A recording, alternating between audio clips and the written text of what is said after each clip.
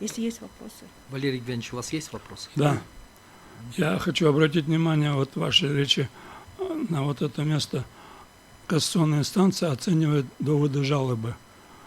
Я хочу спросить, а в каком виде эта оценка проявляется? Как она выглядит? Если нет мотивировки решения, как выглядит оценка доводов жалобы? Вот мы привели доводы в жалобе, и как их оценили? Мотивировочной части нету. А вы говорите, что кассационная инстанция оценивает доводы жалобы. Но и предыдущие представители тоже примерно. Они все изложены в мотивирующей части судов первой инстанции, рассмотрение уже в апелляционной инстанции. Конституционный суд рассматривает кассационное рассмотрение заключается именно в части законности решений, вынесенных нижестоящими судами. Вот именно заключается в этом, рассматривает решение уже нижестоящих. Я понял.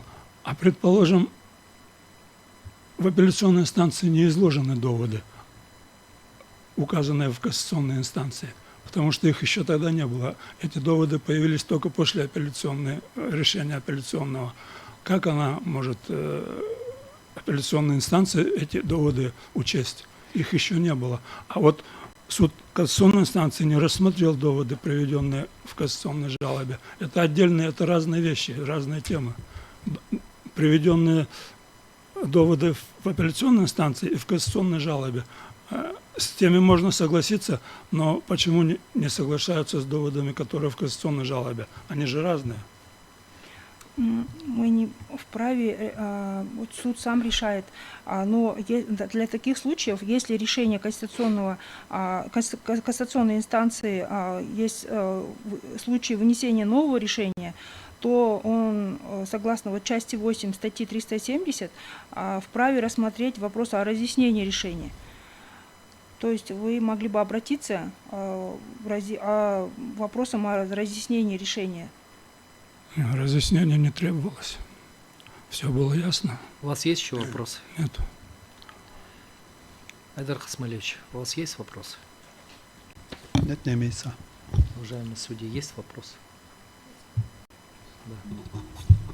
Эльвира Телековна, вы вот в своей позиции тоже пишете, что если жалоба человека рассматривается в Верховном суде или в кассационной инстанции, ну, как бы этого достаточно, что человек реализовал свое право на судебную защиту. Вот у меня вопрос. Право на судебную защиту в понимании у вас это только доступ к правосудию?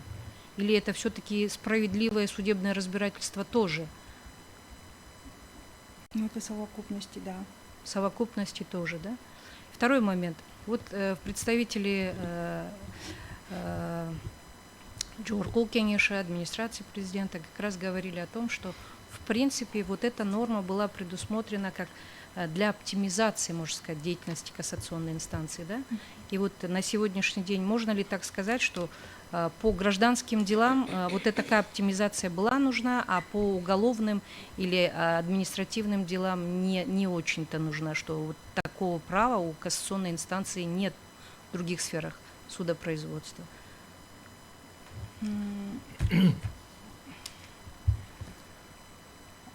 Почему такие разные подходы? В чем причина? Тут уже... Мы знаем, что в разработке этих процессуальных кодексов всегда участвуют представители Верховного суда. Конечно. Да, но в 2017 году я точно сказать не могу, вот конкретно из-за каких мотивов, вот именно или кто участвовал именно в разработке в этой части.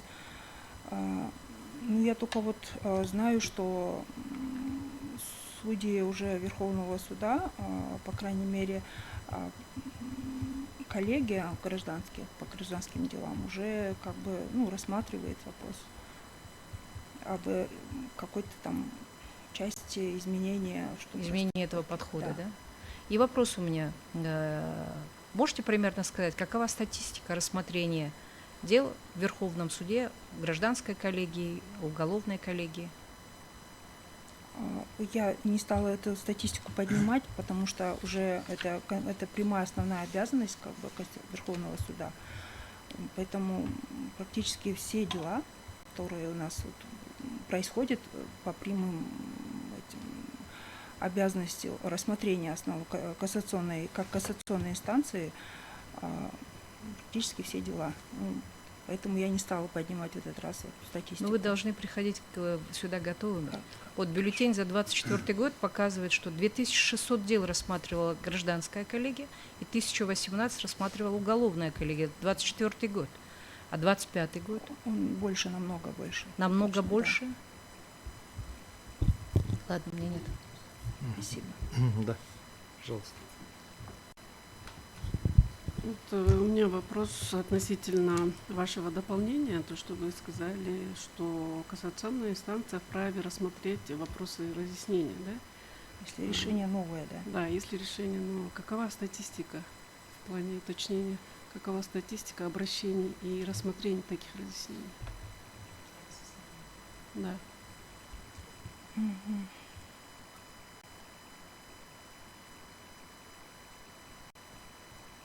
Я извиняюсь, но на конкретные вот сейчас я статистику не подняла.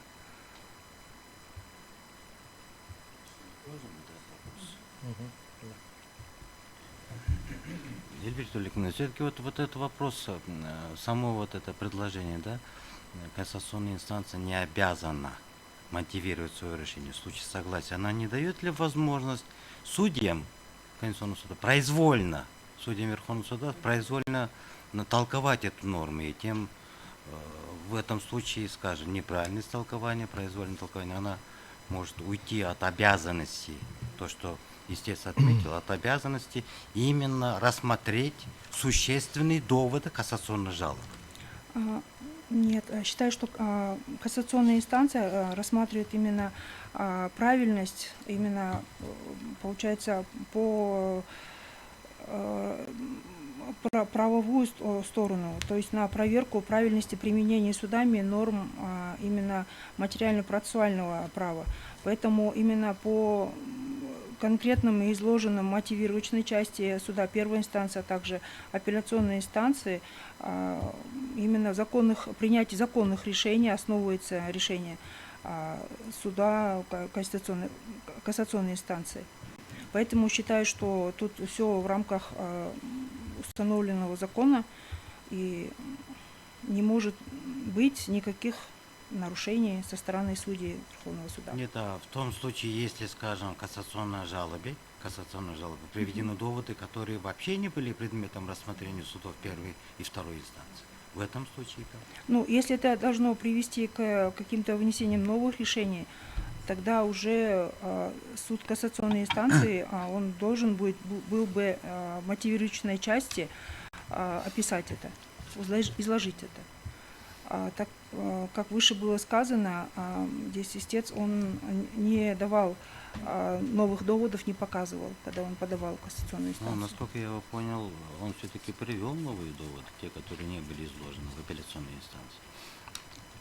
Я просто говорю о том, что произвольное толкование вот этой нормы не обязан давать материальное решение, не дает ли возможность судьям избежать именно вот этого. Ну, во избежание этого вот сейчас рассматривается изменение, чтобы впредь, Видимо, изменения все-таки нужны. да, будет. Нет вопросов. Нет вопросов. Присаживайтесь.